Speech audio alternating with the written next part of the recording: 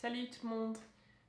Quick disclaimer in English, I'm going to do this video in French because of the circumstances of the past week or two, and I will not have time to subtitle the whole thing because I talk a lot. So, love you, this was not for you. Alors, je voulais me présenter parce qu'il y a beaucoup de monde nouveau et vous êtes presque tous du Québec. Et on m'a posé beaucoup de questions sur la vidéo de mon adaptation de L'Amérique pleure et aussi sur mon Instagram. Alors je voulais me présenter, voilà, pour les gens nouveaux et parler un peu de qui je suis et répondre à vos questions. Alors, salut, je m'appelle Jacqueline ou Jacqueline. Pour les francophones, c'est vraiment comme tu peux prononcer, ça m'est égal. Je suis américaine du Texas et il y a 3 ans, j'ai fait une adaptation anglaise de la chanson L'Amérique pleure des Cowboys Fringants.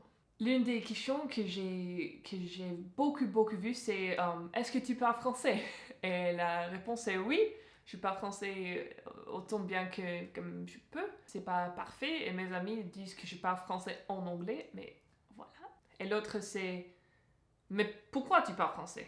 Et la réponse, c'est juste, j'étais au lycée et je parlais déjà anglais, j'avais pris l'espagnol et je voulais apprendre une autre langue et les seules autres options étaient le français et le latin. Et pour moi, le plaisir d'apprendre une langue, c'est pouvoir parler avec le monde. Alors, le latin ne m'intéresse pas, alors j'ai choisi le français.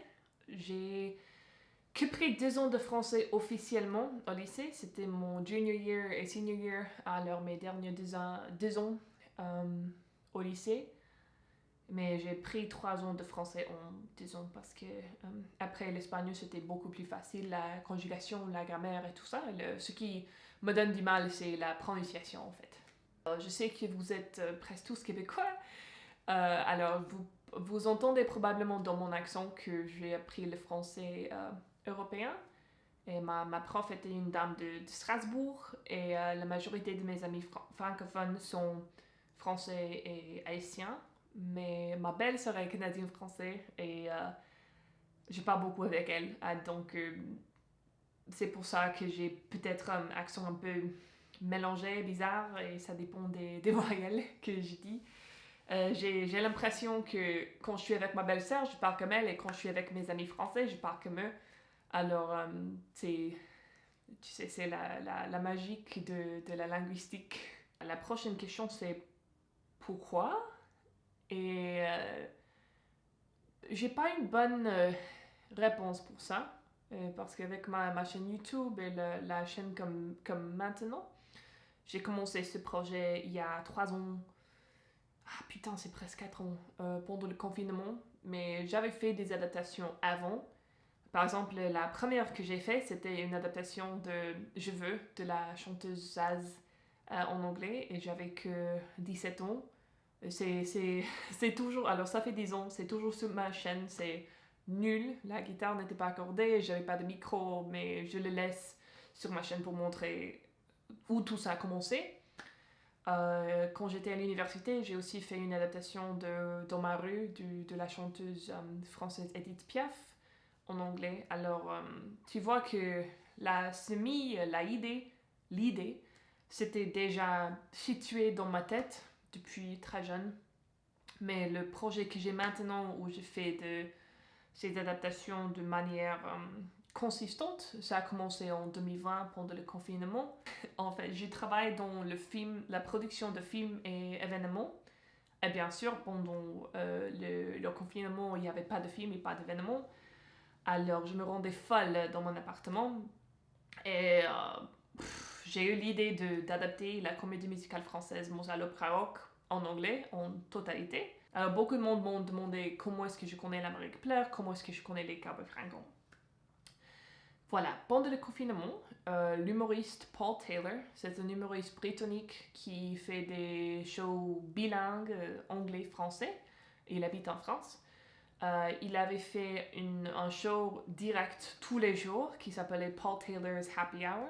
Et c'était un mélange de gens anglophones, francophones, français, québécois, parce que il avait comme invité l'humoriste québécois Rolly Assal tous les jours aussi pour nous apprendre des expressions québécoises. Et après du temps, nous, le public qui suivait ce show en direct tous les jours pendant le confinement, on avait fait un groupe sur Facebook pour partager des blagues, des mèmes, des questions pour se soutenir pendant une période bien difficile. Et quelqu'un avait partagé le clip de L'Amérique pleure. Et c'est comme ça que j'ai trouvé la chanson. J'ai pas bien compris quand j'ai écouté la première fois. Il y a 3 ans, mon français n'était pas tel que maintenant. Et j'ai un peu de mal avec l'accent québécois parce que j'ai pas l'habitude de l'entendre.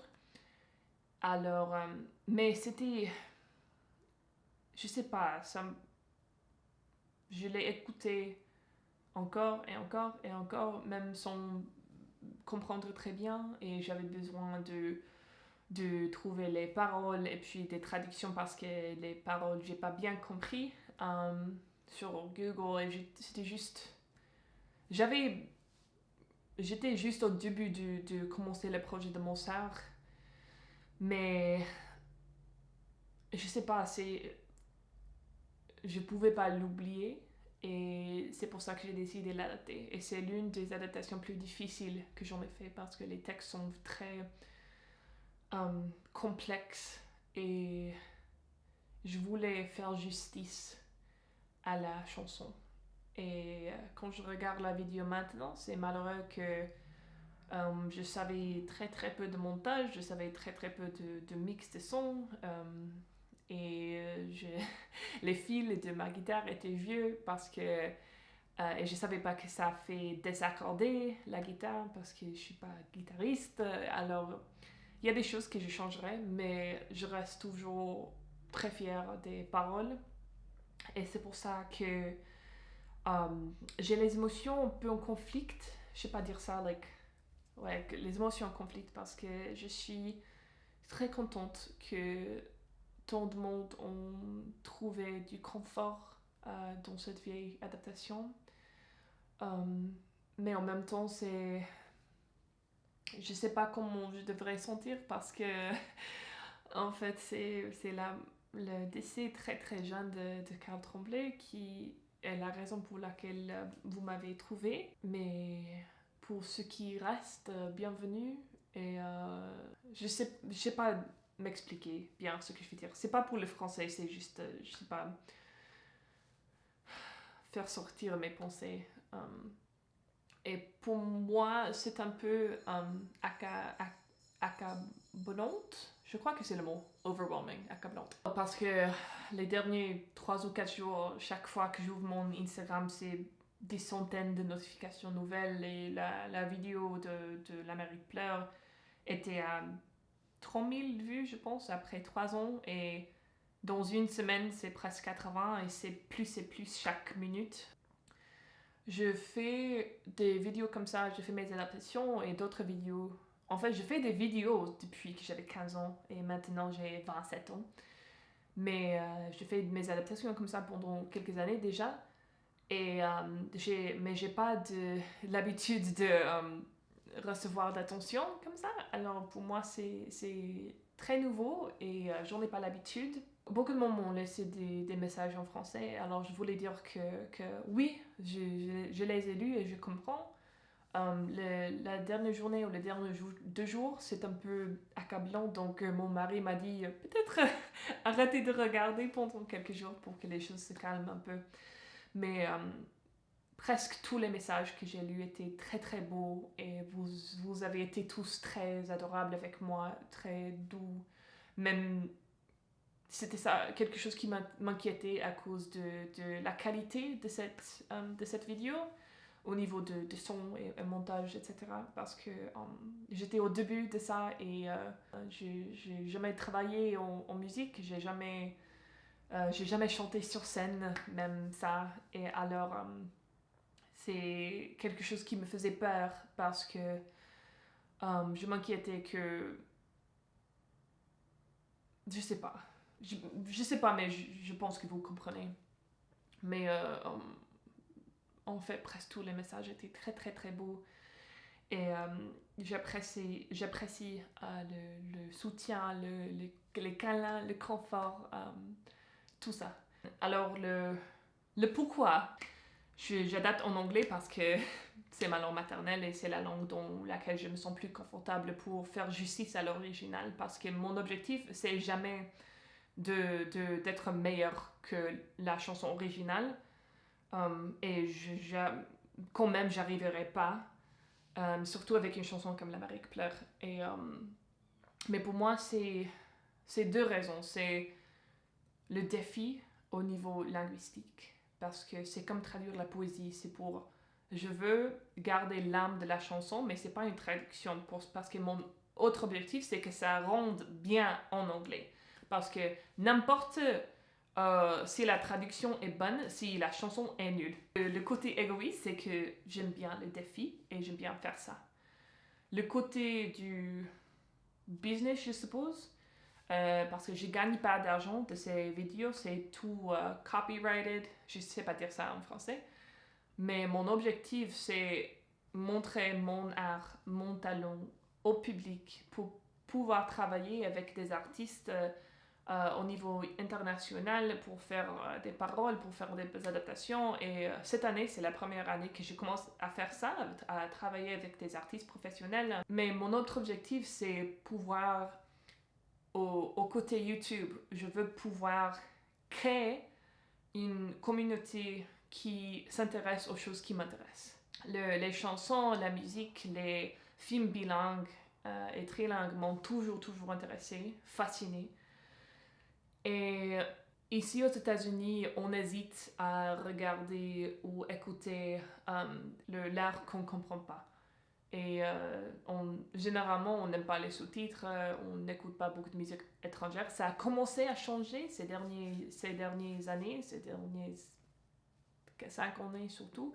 Et ici, au Texas, on écoute beaucoup de musique en espagnol bilingue, anglais-espagnol aussi. Mais généralement, on évite ça. Et comme ça, je peux montrer mon talent et je peux partager la musique que j'aime avec les gens qui ne l'auraient pas découvert sans ça. Mes dernières pensées, l'article que le Sac de Chips avait écrit, je l'ai lu et c'était... En fait, c'était très bien écrit, très bien recherché. C'était tout, je ne sais pas dire accurate. Parce qu'on n'avait pas parlé ni rien, alors j'étais surprise que c'était très bien recherché. Il y avait des gens aussi qui m'ont demandé si j'allais faire d'autres chansons des Cowboys Fringants en anglais. C'était pas dans mon plan, mais je peux 100% faire ça. Les prochaines 2 chansons sont tous les mêmes, de Stromae en anglais et Malo de Bébé. C'est une chanteuse espagnole en anglais. Mais après ça, j'ai d'autres chansons qui sont demi-finies, mais je suis pas super rigide.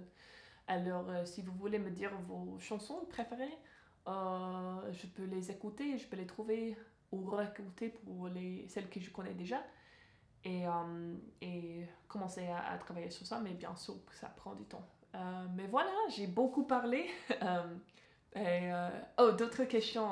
On m'avait demandé si je suis du Québec, c'est non. Si j'étais... Oh, what was the other one? Oh, si j'ai voyagé une fois au Québec, et c'est non aussi. J'ai jamais été au Canada, mais je voudrais bien, si l'opportunité m'arrivera d'aller visiter Québec, je voudrais beaucoup faire ça, mais pas en hiver. Parce que même ici, c'est 50 degrés et Fahrenheit et c'est déjà trop froid pour moi. Alors peut-être en été. Bon, je pense que c'est tout ce que j'allais dire. On se verra dans quelques semaines avec tous les mêmes ou Malo. Ça dépend de laquelle je finisse en première. Et merci pour les peu qui restent jusqu'à ce moment. Merci pour avoir écouté toutes mes pensées. Et bienvenue!